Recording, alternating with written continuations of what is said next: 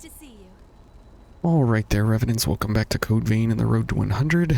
I am still on the road to recovery, but the show must go on, and so today I have a hilariously fun episode for you guys to understand the defenses of the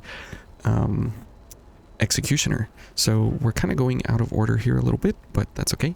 No worries there. So it's a lot of fun that you can play around with the Executioner, and it's pretty amazing that not on your first playthrough of the game, but on subsequent playthroughs as you get through the game, you start to realize what exact defenses you need for each boss. And the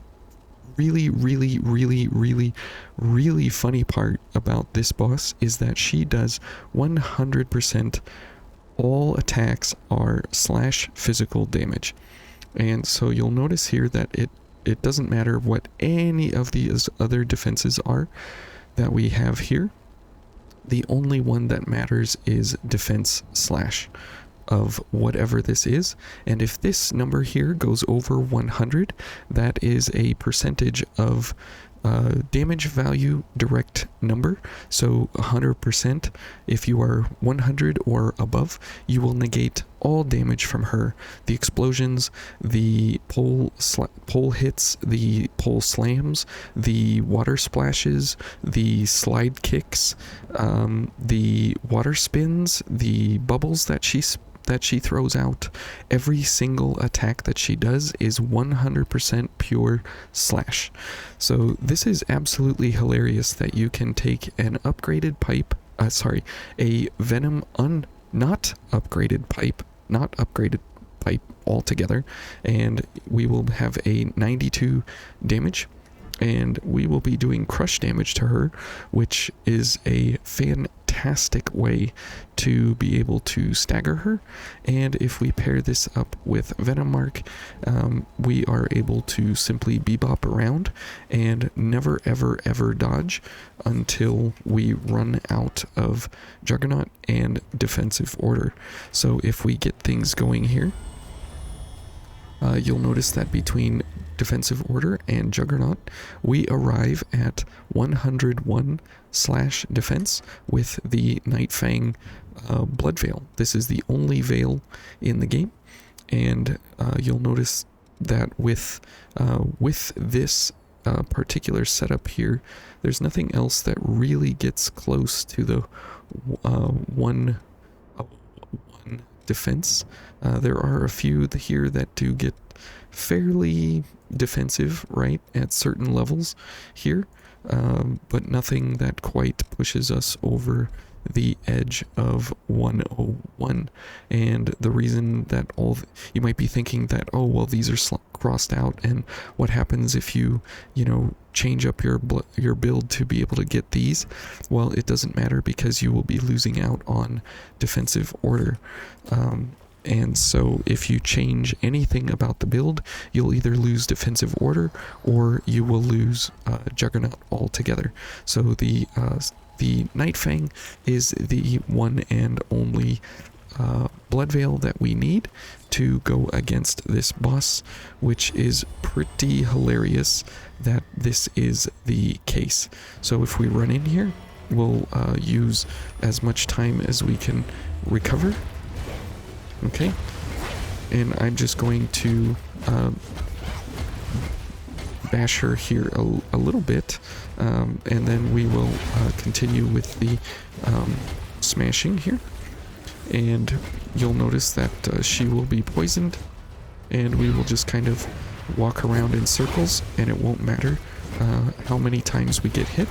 And the cool thing is because we're using the pipe and we are going for slash damage, we're going for crush damage, you'll notice that she will stagger more often than not here, and our weapon is simply recovering our ichor for us to make sure that the next round of damage that we are going to be inflicted with because of Juggernaut and because of Juggernaut and Defensive Order, we will want our Ichor stocks to be plentiful and very, very high, because she will then go into this phase. And so good, we have plenty of Ichor to take this hit. So here comes the spin, and there's all the bubbles and everything, and these are all slash attacks. And whoops, that is a slash attack as well, and we are out of our cooldowns. So we do have a 30-second window there, so we increase our time to 90 seconds for both of these. They both last for the same amount of time, and they both have the exact same amount of cooldown. So the one way to extend this to 2 minutes and 30 seconds pretty much is to bring White Mia along, and this is pretty hilarious that we are able to use White Mia along the way here to give us the damage we need, as well as the defensive timers here. So let's go ahead and play around here and get us a little bit more Ichor. Okay, and now we are very, very, very defensive based here, and we will just continue to smack her down here. And so since she will go after Mia here for a little bit more, we are able to continuously slap her more often than we normally would, because she will be going for Mia quite often, and she will not be going for us, and Mia will allow us to go for more defense and go for more slaps quicker. Okay, so we are getting hit here. That's fine. We'll get rid of slow, and we will continue to slap her around. Now you'll notice that she will do a whole bunch of her attacks here that are close range. However, let's back up here so she can do some of her sliding. Okay, go ahead and do a slide. Oh, okay. Okay, she's gonna do this again. Okay. Good. We're just getting wrecked here. Okay. There's another attack and the slide. So again, no damage because everything she does is slash. Okay, she almost stepped on us. Mia's thinking she'll be in trouble. Okay, missed the parry there. So if you're thinking of, and there's the slide. So if you're thinking of practicing parry timings and such, this is a great way to go about practicing to make sure that you can understand what are the timings that you need to go for. Okay, let's go ahead and dodge in here. Okay, let's get our this going and this going. Good. Oh, and she's blowing us. Okay, there goes Mia. So now is the point where we have a little bit of a problem, because she is very susceptible now to killing us. Okay, so we just kind of have to hang back here. We'll get a little bit more Ichor there. And so we can just dodge through these. Let's get our time going. Okay, dodge and get these going. Good. And now we are invincible yet again. So we can go in for the slaps. And let's get the poison going again. Okay. There we go. And so we'll just continue to slap her down here. Okay, not a problem. And she will die here in just a second. So a very hilarious, wacky different kind of way to go about fighting the Executioner, and it's pretty hilarious that it does make a mockery out of her, because of the fact that everything she does is all slash, and it's physical. So there's nothing you have to watch out for if you are going for a elemental build or anything like that, and so you are able to simply run in on your subsequent playthroughs, bring White Mia along if you want for that extra gift extension, and if you're playing with a co-op friend, your co-op friend can also play invincible to her as well, completely without using any kind of Guardian Aid shenanigans.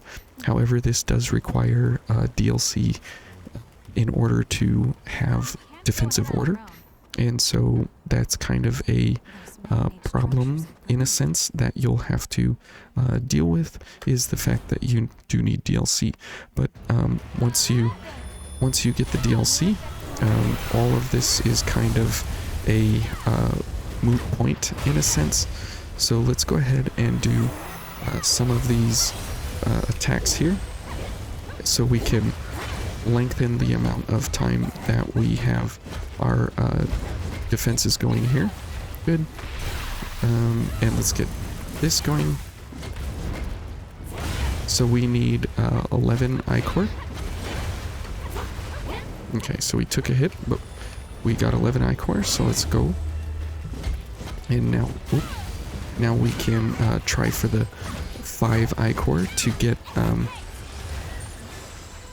our ability there of concentration.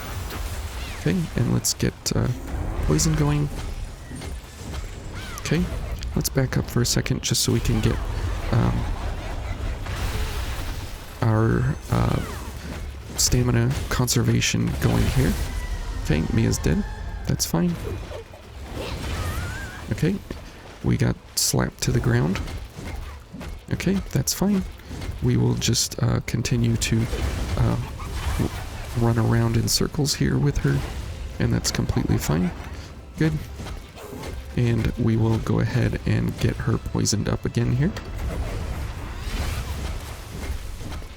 And there we go. And again, no damage, because we are 100% invincible, which is really, really, really nice. Okay, let's get rid of the slow, because why not? Okay, we'll just keep knocking her down here. And let's get some stamina here. Oh, okay. No problem. Let's get this going. Let's get some poison. Oh, let's get some poison going. Okay, and we'll just continue to beat on her here a little bit. Okay, let's get rid of the slow.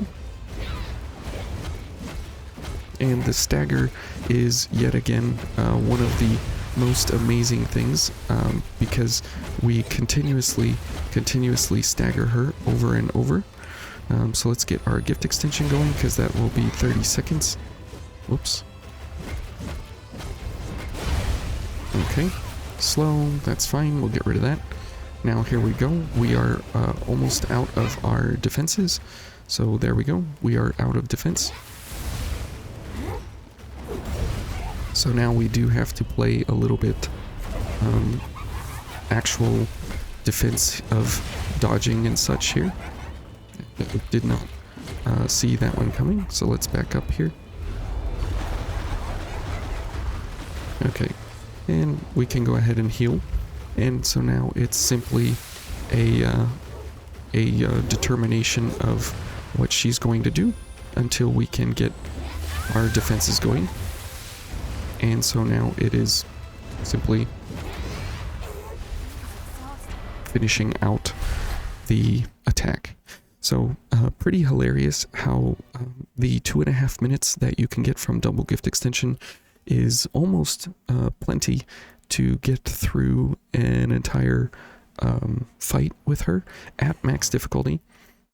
Now, at the lower difficulties, obviously, because she doesn't have 111,000 HP, you're able to actually get through her much quicker because, you know, she'll have half the life, even though the poison will do the same amount of duration of damage. Your pipe will do considerably, you know, like double damage essentially, because of the difference between her health pools between 0 star or 1 star, or how many ever stars you're on when you continue to repeat your playthroughs. But if you're going up against the Executioner, slash damage all the way, defense, and this setup here is absolutely ridiculous, but it is something that does kind of make a mockery out of her, because you're getting hit so very much, and concentration ends when you take damage. And since you're not really taking damage because you are invincible, you can have the 33% stamina reduction all the time. So if you're playing a level 1 run and, you know, you're having trouble getting through the Executioner on like a second playthrough or something, this is a surefire way to get through her without any problems. So anyways, hopefully you guys enjoyed that, and I'm going to go rest, and we'll see you tomorrow. Take care. Bye.